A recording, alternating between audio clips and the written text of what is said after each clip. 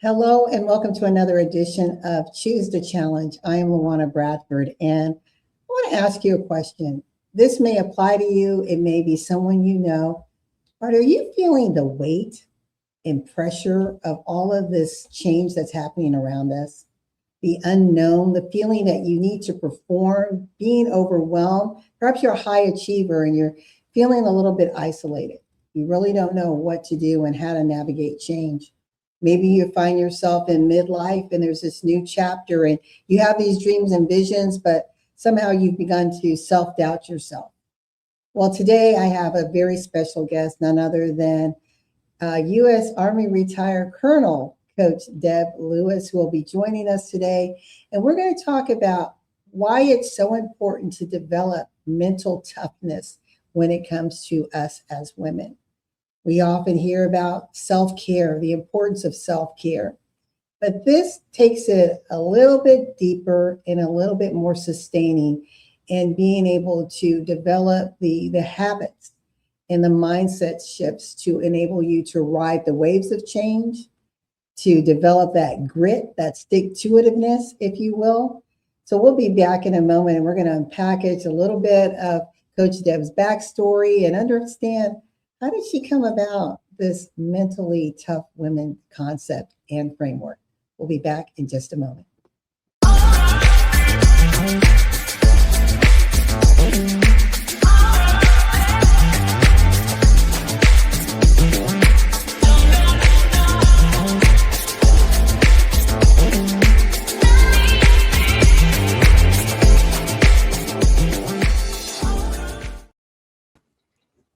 How's it going, Coach Deb? Aloha, LaWanna. It's going great. I'm with you. I'm doing well. You're in beautiful Hawaii. I am. It's raining right now, but it's still warm. It's not too warm. Yes, and you're not there on vacation. That is your home. That is my home. Yes. You too can come live here. Yes. Yes, I too can. Maybe I shall. Well, at least you have to come visit. Yes, definitely must do that. Well, I would like to just dive in because I know we've been talking back and forth for about 2 months and you have this vision and passion to transform the lives of women by helping them to put on this mindset, this way of looking at life and themselves by being mentally tough. But before we go into defining that and describing that, if you don't mind telling us a little bit about your backstory, because I do know that an anniversary is coming up for you. I believe it is the 7th of July. Mm-hmm. Every year, yes. 7th July, but this is the 50th. Yes. So tell us a little bit about that. And thank you so much for your service. Well, thank you, LaWanna. I think I looked at your leader. What a wonderful program to inspire change and to really make things happen. And I just want to say what I've noticed, and it's been noticing for a long time, definitely when I started at West Point, but even more so today as women are losing jobs and facing these incredible challenges. So I see these caring, these incredibly talented women who are struggling, as you described, and they're struggling to make a difference in this often brutal world. And I faced that going into West Point. I hadn't really faced that before. And I find that they're really losing themselves in so many ways, confidence. And I thought for years that strength, and I learned this at West Point because that's what I wanted to do, is get through it. For years, I thought strength meant enduring whatever life threw at me. I had grown up, luckily loved, but moved around and from a military family, as you had a military family. And I endured that. But then I realized something that's much, much more important. And I realized that life situations, those challenges we face, all those things are not just testing us. They can easily steal our best. And so that's where I think that it hardened it. I think I started getting very hard. I mean, initially, and then it didn't feel right because that's not who I was. But at West Point 50 years ago, let's just say expectations were incredibly low, and we arrived against the wishes of many, not just in West Point, which had been around 174 years before we arrived, all male, but also in the country. It was a huge social controversy. And I didn't appreciate that until you're smack dab in the middle. And I think that's the wave that kind of hits us in life, don't you? That these waves are coming at us in that way. And so you had to figure out, one, how to get through the day. And then if it was really challenging, like I knew they would be yelling at me on that first day.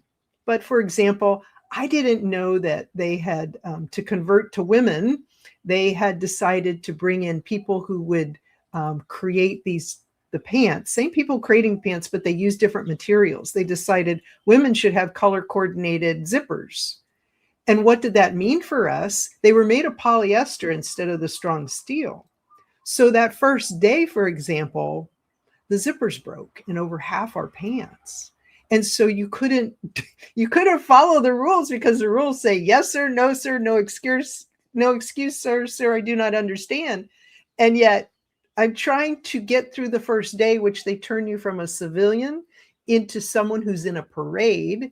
And then you have to raise your right hand and swear an oath of service to the country, the Constitution. And what am I going to do? Am I going to be trying to hold up my pants at the same time? that wasn't going to work. So that's kind of the tradition. And these were things that we faced over and over. There's so many stories of that, but I'll leave you with that picture. I love that because it's a little bit of comedy in the narrative. And right now we are in the 250th anniversary of this nation. And I hope that shows like this give insight to the historical presence that women had in shaping this nation. And I was thinking about when you were sharing the zipper story, the women of the 688, right, during World War II. Yes. Well, the uniforms were not built for more full-figured women. Yep. And so it's kind of that same thing. How do we make do with this? And but also I think with that, subtly there's a feeling of you really don't belong here, right? Because if you belong, everything would fit. You wouldn't have these issues. You wouldn't need this special treatment, even though it's not special treatment. It's just give me what I need. Well, I think even well-intentioned people can make it incredibly hard if they're not informed. And I think that's where they weren't able to adjust very easily for these situations. And then you have the mindset behind it with a whole wave of toxic negative energy to say women don't belong here. That was the narrative in the news. Why should women be allowed to be here? We don't deserve it. We can't handle it. We can't do it physically. We can't do it emotionally. Except women really often never got the chance to succeed. And so even women today, as they're trying to strive, because I think every generation faces these kind of life challenges, and rather than testing us in ways that steal our best, it's like, okay, we can't do it the normal way, but here's how we can do it. Right. But, it also makes me think, even though remember that commercial, we've come a long way, baby. We've come a long way as women and where we stand in our roles in society, in shaping, in framing cultural shifts, norms. But it's sometimes I feel like we're going a step backwards. So you mentioned something earlier, and I'd like us to sit into it for a moment, especially as we talk about being mentally tough. So we know the numbers of women who have been disproportionately, relatively speaking, hit in the federal space, workspace, losing their positions, career professionals, and now the trickle down effect that's hitting corporate sector. And what can women do? I mean, I know it's easy to say, oh, well, this is your opportunity to run off and be self-employed.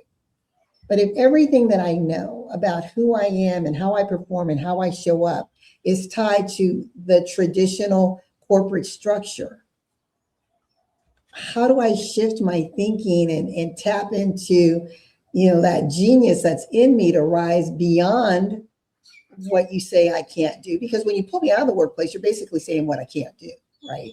You can't work here anymore. You're no longer seen as value added, whatever that means.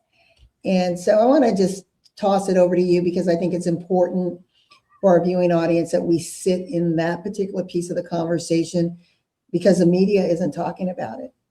Yeah. But it's real and people are feeling the pain. And if it's hurting the women, it's hurting the families and it's hurting our communities. So yes. Over to you, Coach Deb. I think that to start with, that's a big question. But I can say two things it makes me think of right now is that first is the awareness of when something happens that we're not expecting, because many of us have been led to believe meritocracy kind of things. That's what our country's kind of founded on, but it really wasn't for everybody. But you had to figure out a way to do it. And why this was the land of opportunity is because people could come to this country with nothing and be able to create a very successful life. So first of all is, I see possibility where others see obstacles. And even when it gets just horrible situation, there's always something that can happen, the leverage. It really does depend on what that situation is. But leverage, as you know, can outweigh significant odds against you. And in my case at West Point, it was at first doing whatever, getting through whatever life threw at me. And then as I got smarter at it, if I didn't learn a lesson, it happened again. And so in these tough situations, like what you described, where people are, having the rug literally pulled out from them, just know that under those circumstances, it's so easy to have your wisdom stolen, your compassion might disappear, you have low tolerance for stuff going on around you, your confidence may be completely evaporated for that time. And for women in particular, have to be mindful that about 80% when things don't go as planned, shame takes over. But women will start blaming, what could I have done? Did I bring this on? What happened here? And so through all of this, they become someone they don't want to be. Let me pause right there. Why do you think women don't ask the question or frame the question in a way that is going to, get you off the bitch, right? And move you forward? Why is it that limiting sort of thinking? That, as you said, that shame and blame. This is, I can only speak for myself, but I can tell you that going negative is something that's been modeled. It's in our culture. It might even be in our DNA. I mean, like survival mode instinct. I mean, what is it when you get triggered, when you think your survival's threatened? What do? You go to fight, flight, or shut down. And then they have another one. Well, appease is another one. There's other things, but the real three are fight, flight, and I like to say turn off the light. You're sitting there, but you're not participating. You have shut down completely, even if you physically are present. And I call those interception strategies. This is all the things that I've learned to try to deal with this is my big body of knowledge, which is called stress intelligence. It's how to deal with these adverse situations without, especially for women, losing your heart, because we come from a foundation of caring, nurturing. I mean, we're mothers or we're mothering somebody. We care about people deeply. And so we might be triggered into those other things because, again, you have negative things happen. Do you think it is nature or nurture? Both. With women. Both. I think it's both. I think there's a lot of unexplained nature that is the only reason I say it's nature, it's the evolution, right? It's the evolution over time and how you're being conditioned. And today they say that if someone in our family before us was traumatized, that's Yeah. in our DNA, right? That Right. you know Yeah, could through be about, multiple generations. Yes. yeah, it's generational trauma. And so we're not quite sure what part of that. So I would still lump that into nature because we were susceptible to it. It happened through our lives or through others' lives, and we may not even know that effect. Um, and then the nurture piece, we are conditioned every day, and I stopped focusing on why. LaWanna, one of the things is trying to say why someone did something very early on. I learned I will probably never know why someone was such a jerk. you know Right. You may not know why they were, but I believe, and you're the expert in this area, so you can check me if you think I'm going off off left field. But I think that I may not be able to understand why someone does what they do, but I can take time to sit with myself and do some of that inner size and assess why did I respond or react the way I did.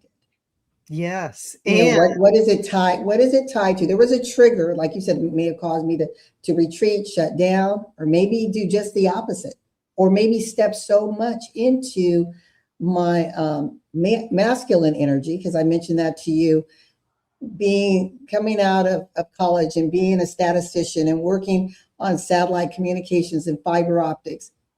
There weren't a lot of women doing that. I was typically the one on the team. And so I emulated what I saw, Yes. which was how men showed up. And so that's how I showed up.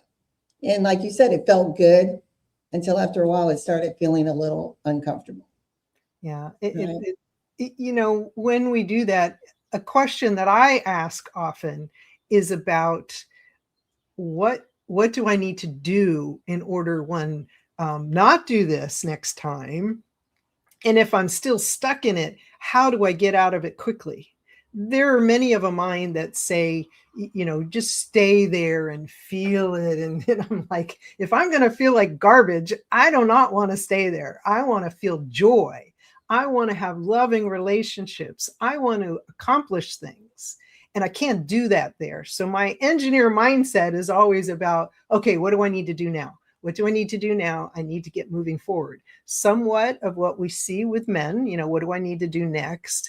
But I'm very creative because I also have to consider with women, we definitely don't want to lose our hearts, because if we lose our hearts, then we hurt our relationships and we lose our joy. But I learned when I taught at West Point, problem solving is that usually the first answer is not the optimal answer. And so there is power in the pause. I have a pause too. I have a whole pause. That's one of my tools is, you want to make sure that you consider all these things when you're pausing so that then you do come from, I haven't showed you yet, but this is my helmet. We're going to get into that. We're going to talk about your framework. But it's wisdom. It's the power of wisdom. And you went right to where I was going. Your quote was, "Love is the answer. Boundaries are wisdom."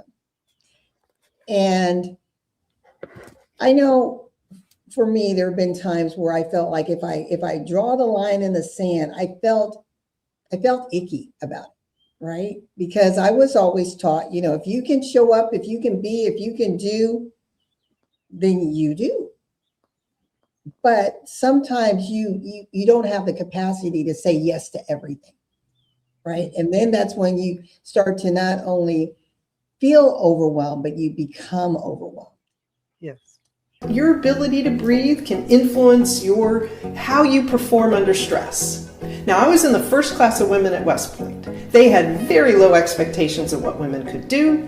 And when I had the first couple days that we were there, they did something that pushed me. So all of us have something that pushed you to the edge. And you know what it was? Running. Some of you love to run. I am not one of those people. I do love the benefits of running.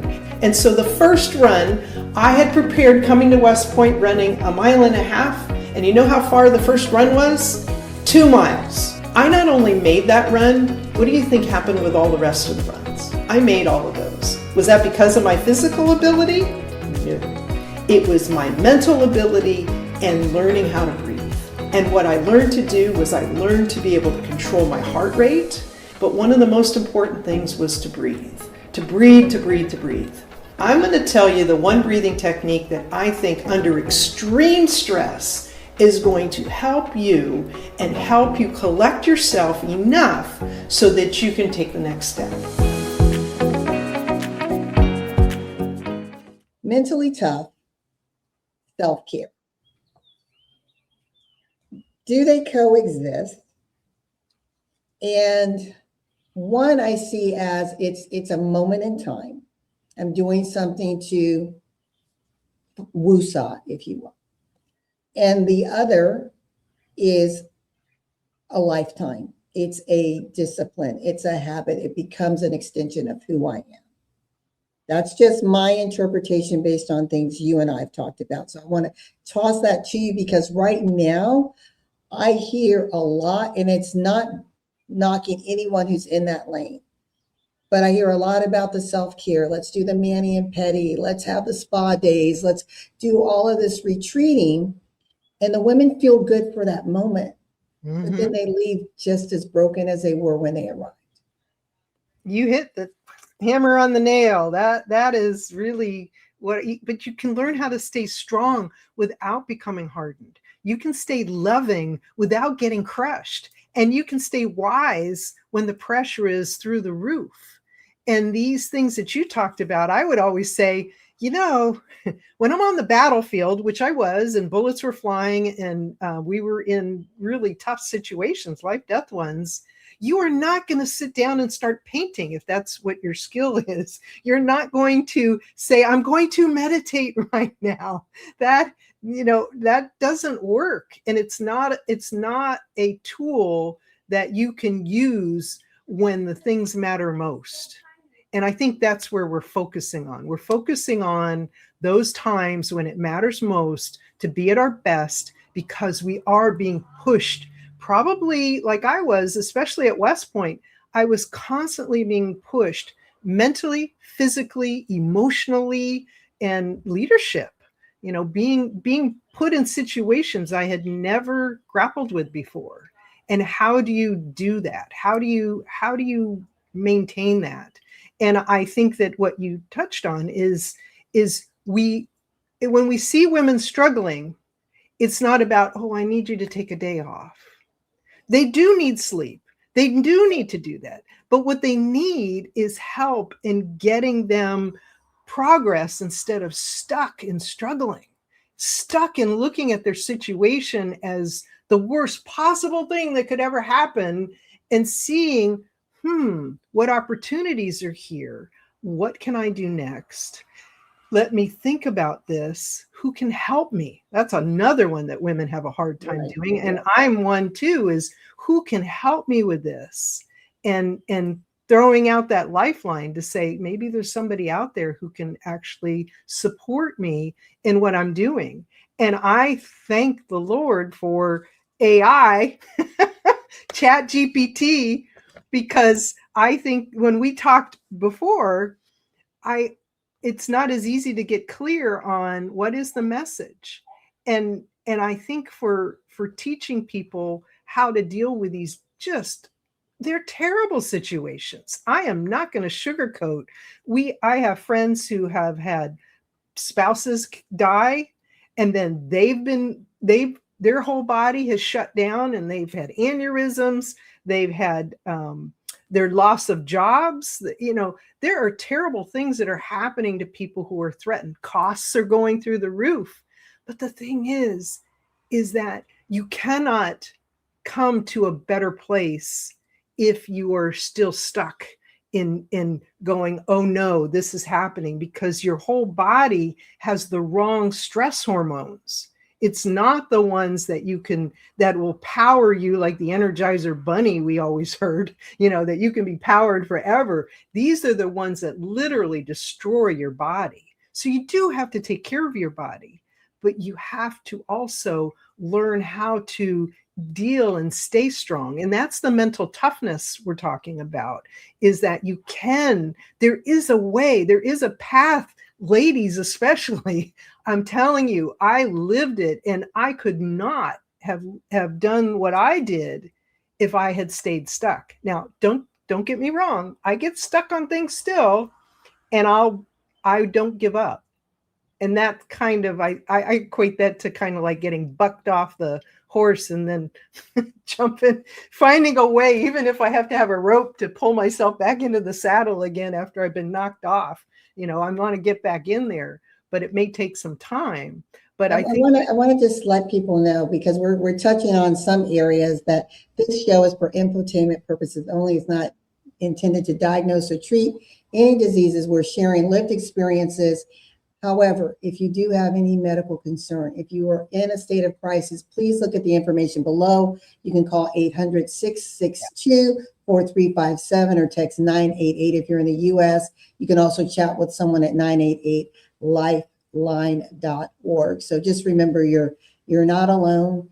And often we forget about the subtle signs, right? The overwhelm, the feeling of anxiousness, how it shows up in our body. It may be headaches, not sleeping well, binge eating, whatever you're doing, or just feeling unmotivated.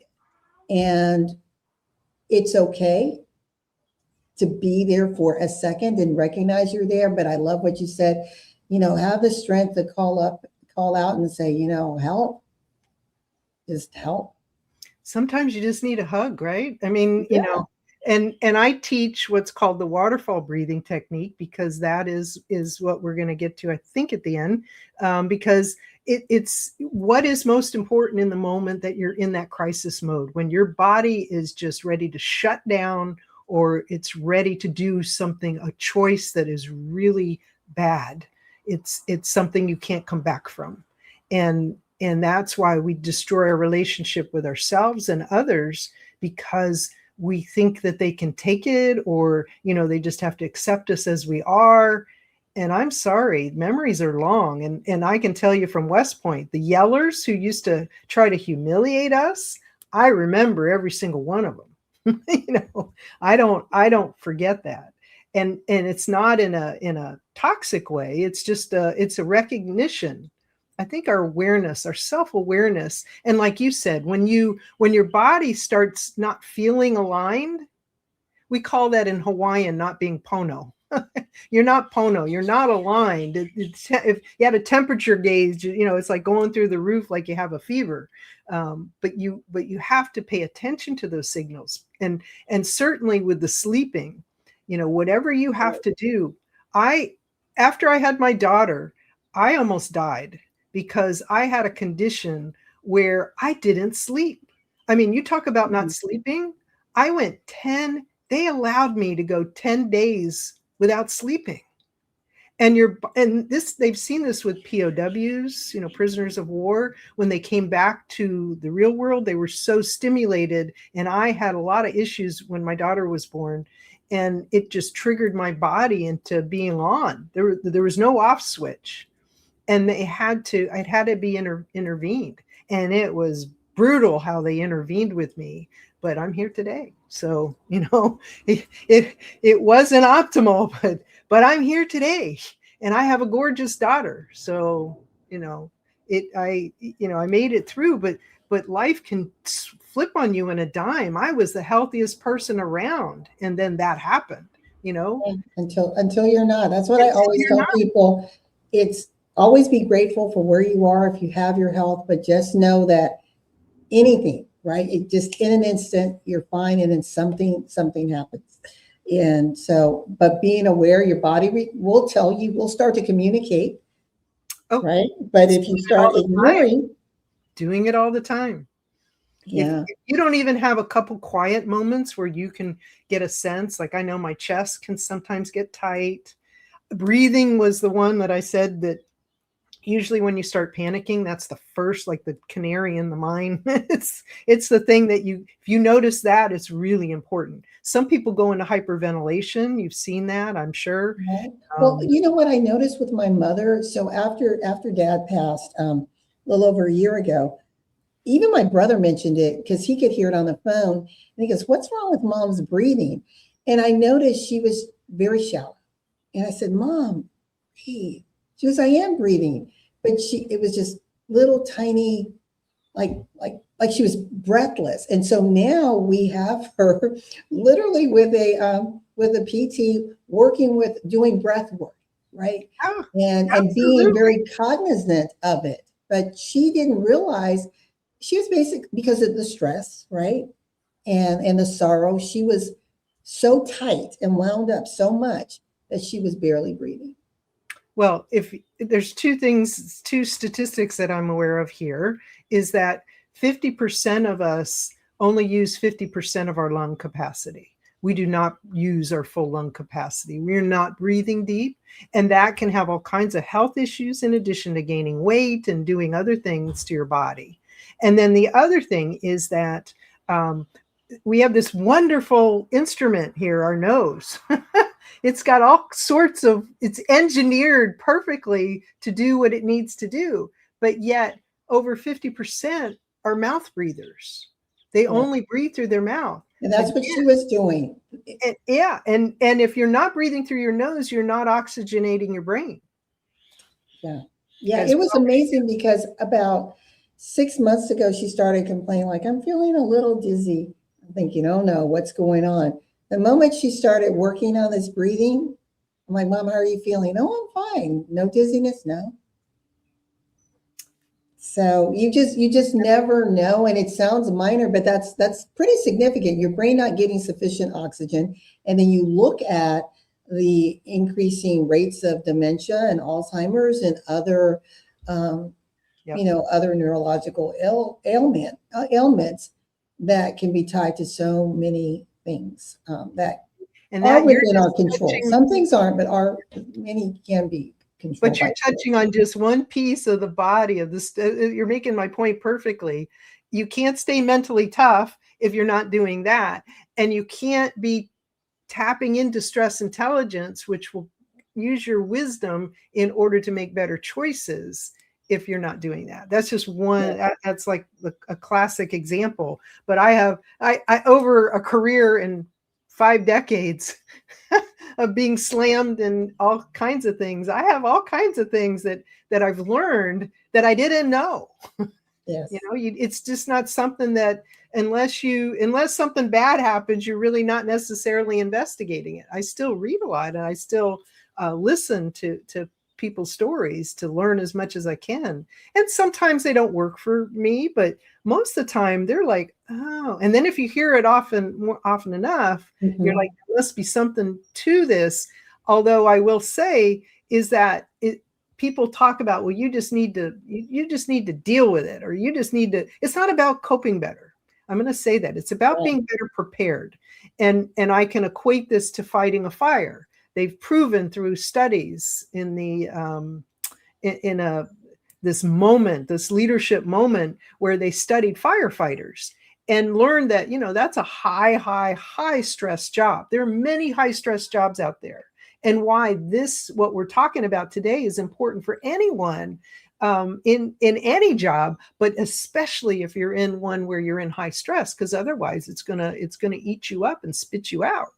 And they've learned that you can be trained that when your peak where you're going to go off the edge can be pushed out significantly through training, understanding. And I encourage everyone to look into what are the things that they've proven right now, and that you come to your own awareness that work for you. And that's what mine are very practical. They're ones that have been able to battle hardened, and also one-on-one in a nonprofit where you run across toxic people and you're like, really? This doesn't. Colonel Deb, we're going to take a quick break, and once we come back, want to talk about 2 things before we leave. We want to get into that helmet that you showed us earlier on.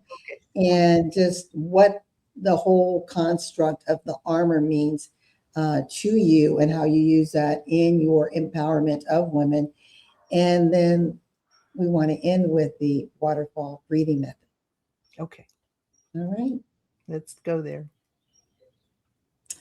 Okay, we are now back with Coach Deb Lewis. We are here talking about thriving under pressure, the mentally tough woman. And if you are just joining us, perhaps you're in that place of anxiety, stress, overwhelm, wondering what to do, feeling like you are being consumed by the wave rather than riding that crest of the wave.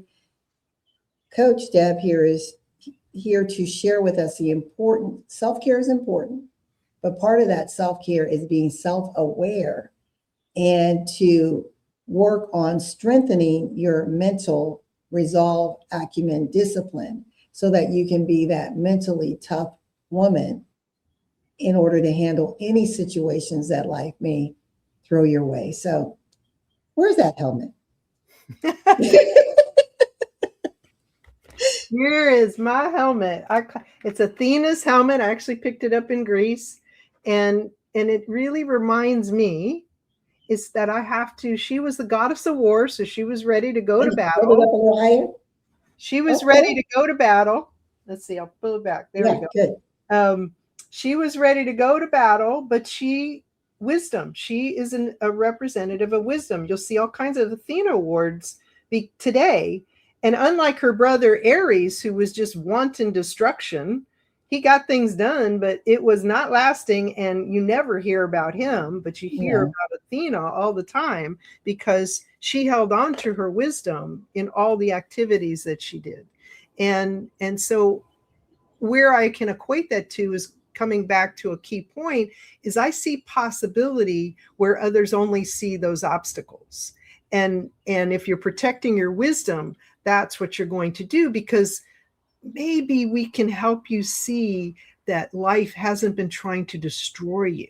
Because I sometimes thought it was trying to destroy me. I thought people were trying to destroy me. And then if that wasn't, my self-doubt was really working hard to pin me down. But maybe it's trying to prepare me. And I want to learn how to stay at my best when things are at their worst. And that has become a life passion to share so other people can be similarly prepared before crisis hits. And so that's all about the wisdom. And then the second one, can you wait, hold on. So with Athena, I want to tap into that. So yeah, she's a god of wisdom, strategic thinking, discernment. Mm-hmm. If Athena were before us right now, what do you think she would say to women looking at what we're going through today, particularly here in the US, but even around the world? What words of advice would she give us? I think that she would be helping them hold on to their hearts and wisdom. And I think that she would be saying you can achieve far more than you believe right now, because that is, whether it's a world that is trying to constantly harden you or tear you down, you can do that. You can hold on to your heart. And I think that really is, she was an inspiration. And I think that that's what we need to say is that if I could get through West Point at 5'5" and do all these things that everyone said that I couldn't do at 18 years old, and then do a career in a military not built for women, I had the most extraordinary jobs. And if I had given up or taken an easier route, like I got proposals of marriage and things, but she would say, use your wisdom in every step of the way as much as possible. But more than that, you want to live with joy. You want to have these loving relationships because that's how you get things done, especially when the pressure's on. That's the real test. How do you trust your wisdom? How do you know that you are receiving the right guidance? I know some individuals, but based on their faith, they believe that there is, God, whatever higher power. I know I believe God is guiding and ordering me, but I also have wisdom that I've gained from my dad and my parents. So how do you know that you are making a wise choice? Well, That's a loaded question, I know. it is. But and you've talked a little bit, but I just want to say an observation that I've learned, I've discovered.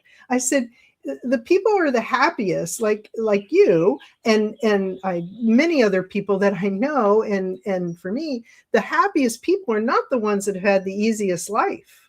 The wisdom can come from that to say, these tough times are here to prepare us, and if we do not pay attention, they will be repeated and they will sideline us. And so, as you think about it, you want to always be able to handle those toughest conditions. I want to be prepared for that. So a lifelong learner is a great attribute. Well, and you touched on something else that we kind of talked about before is, this is a world where we have been trained, whether it's nurture or nature, we have been trained to judge, usually just with our eyes, which we know is like, it's like the iceberg. Our eyes are just the tiny bit that you can see. You don't know what's going on below. To judge quickly and harshly. That has become the overwhelming default, as you may. Yes. And the thing is, we are human beings, not human doings. We are human beings. And if you know anything about the butterfly effect and all the other things, we are actually all connected. And we, in the span of time, all you have to do is watch like Steven Spielberg's one about the 5 extinctions already of the earth over the billions of years. We are just a tiny little thing. And this thing is a miracle, our life. So do you want to choose to be angry at other people and push them away, because that's that negativity that pushes people away, pushes the answers that you're looking for away?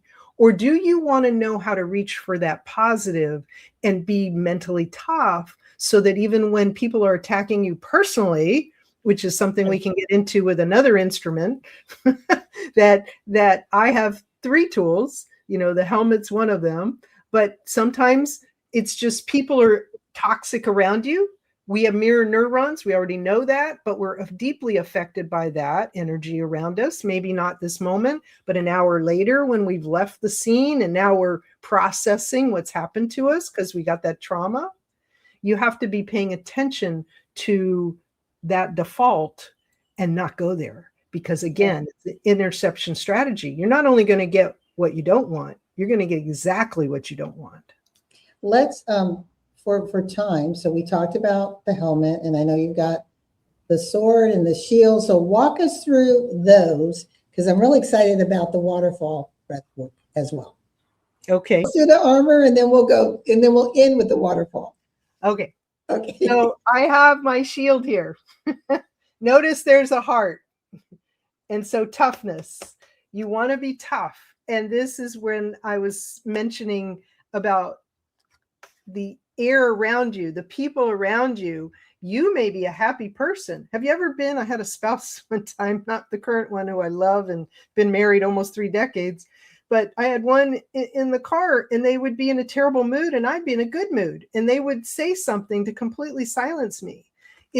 Now that one, you want to shield yourself from that toxic energy, whether it's directed at you or not, kind of like Wonder Woman. You think about Wonder Woman, stuff's coming in and she's not only protecting herself, she's protecting other people. So that's the shield, and that will protect you from the toxic energy and your heart. And then the other one is the sword. And the sword has to do with not skewering people, but it has to do with when people are personally attacking you, is how to deflect. It's a great skill when you're using weapons. And that's what's being attacked. It can be terminal if they hit you when you're not protected. But if you have this, and that can be an effective question. That's one of the body of stress intelligence is about, I could ask a question that could stop someone in their tracks. And that is a skill that you have to perfect. It's not enough to have the tool. You have to be able to use it skillfully in order to protect yourself. And so those are the three that pretty much have embodied the mental toughness to be sure that you've protected your wisdom, you've protected your heart, you have protected yourself from whatever could be coming your way. And whether you slide under someone, you've seen those movies where, Wonder Woman gets on her, she's sliding under there, Right. and then she's, deflecting and making sure she's not mortally wounded. That's Right. where You're doing the matrix bin, right? Oh, yes, the matrix men going back. Yes. And you can do this when you're aware. But if you are wrapped up in, I hate this is terrible, this should never have happened, is that encouraging a solution?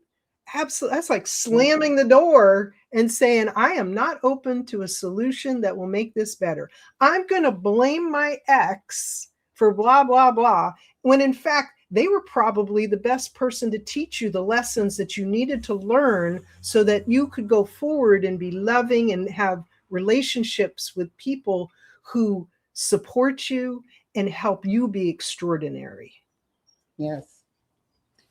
Before we go into the waterfall method, I want to ask you, how did you even develop this methodology, and how do you use it on yourself?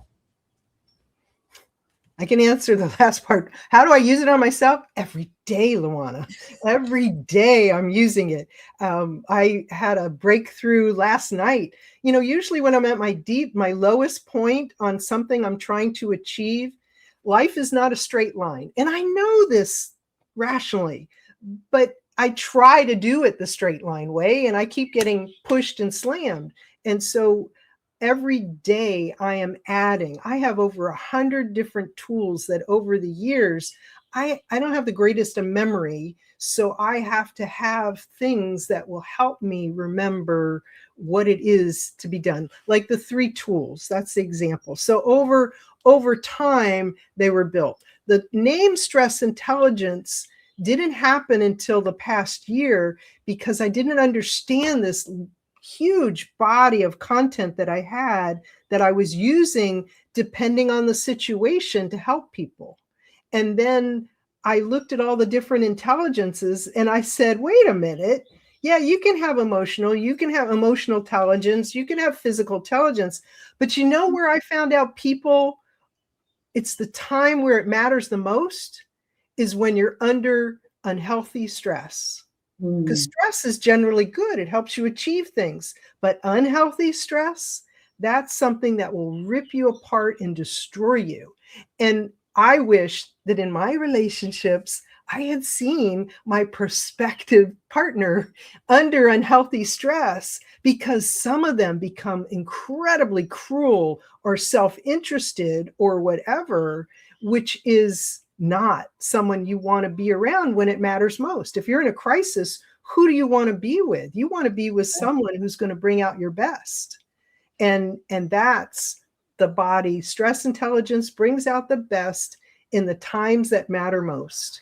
And that's how we can help others turn from seeing things as obstacles to seeing them as opportunities.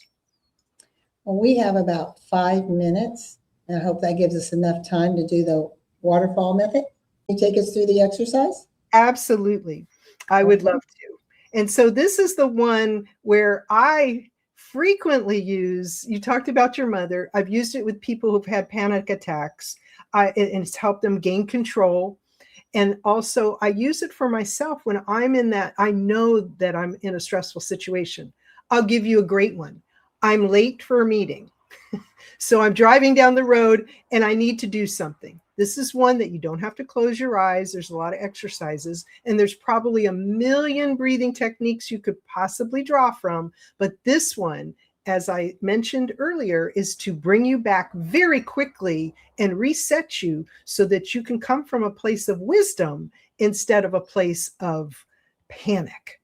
And so when I'm doing it, if I have my phone and your phone stops working right, what do? You turn it off, you turn it on, right? That's what I do.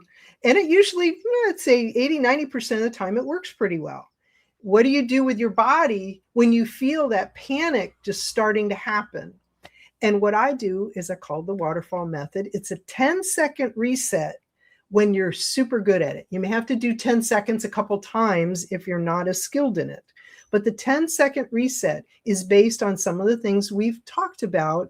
It's about using your body in the best way possible to reset yourself to not just calm. It's not a meditation. It's about allowing you, kind of like a race where you're in the middle getting ready to run the race, and you know your heart's starting to pound. It's what you can do in that moment to reset your body so that it is highly tuned. It's still heightened, but it's highly tuned to what's happened next. And so it involves 10 seconds. 3 of them are breathing in. And we're going to use this wonderful apparatus that's been engineered for us, our nose, because that will oxygenate our brain. Because when we start panicking, we start starving our brain of oxygen, which throws us into survival mode. And so we're going to breathe 3 seconds in, and we're going to breathe 7 seconds out through our mouth. And so I have a little timer, and just imagine the power of a waterfall. If the air were like a waterfall, how cleansing and clean that can be, and the power.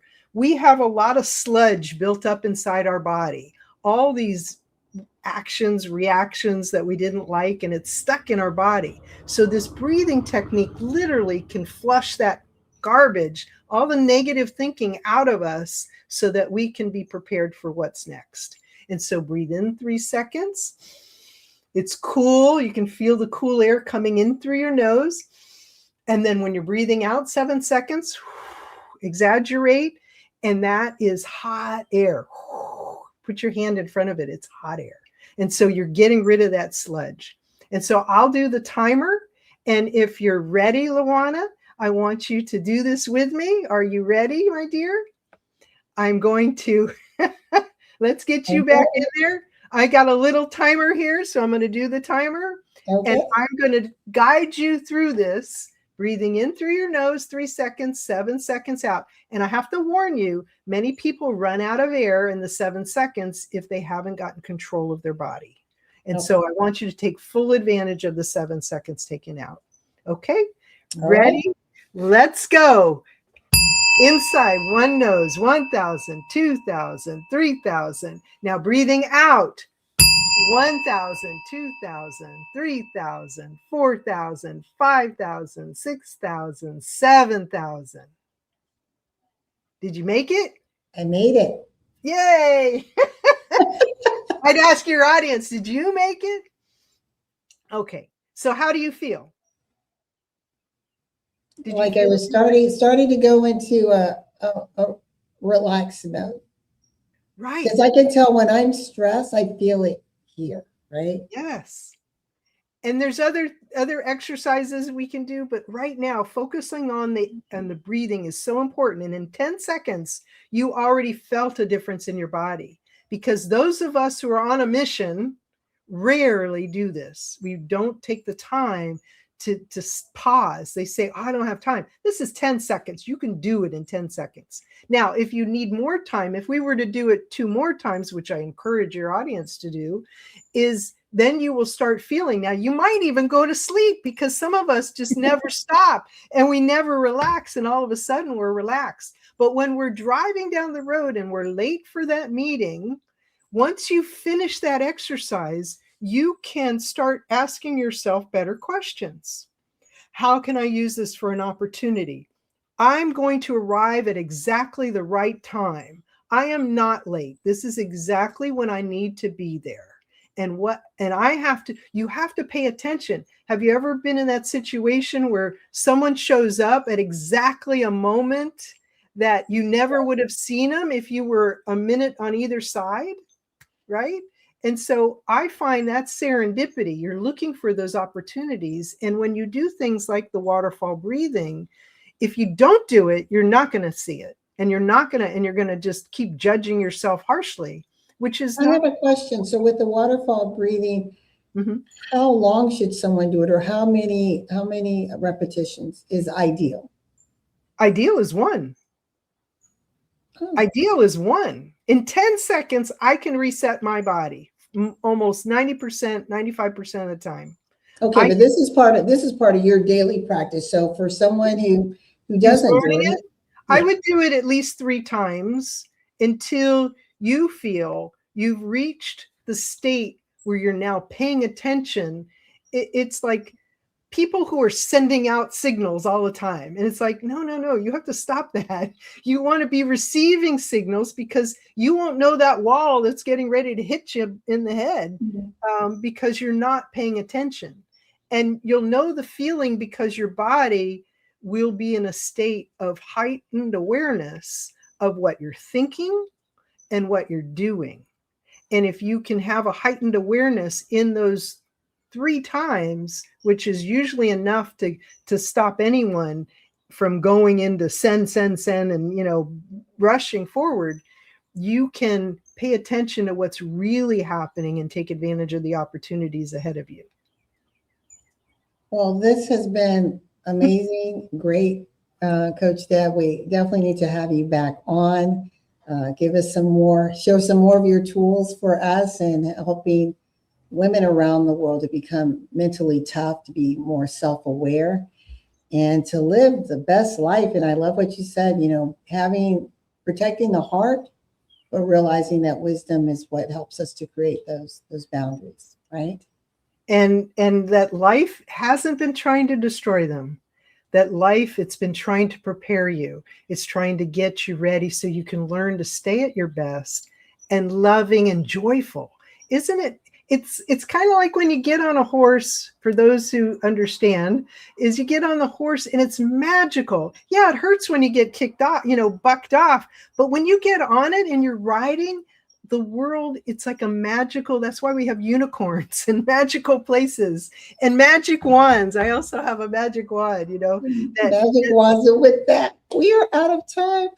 Thank you so much for joining us for Choose the Challenge as we talk about thriving under pressure, how to become that mentally tough woman here with Coach Deb Lewis. You can follow her on YouTube, on her website, mentallytoughwoman.com.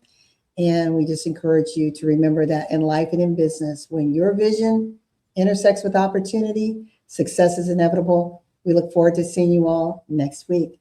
Bye for now.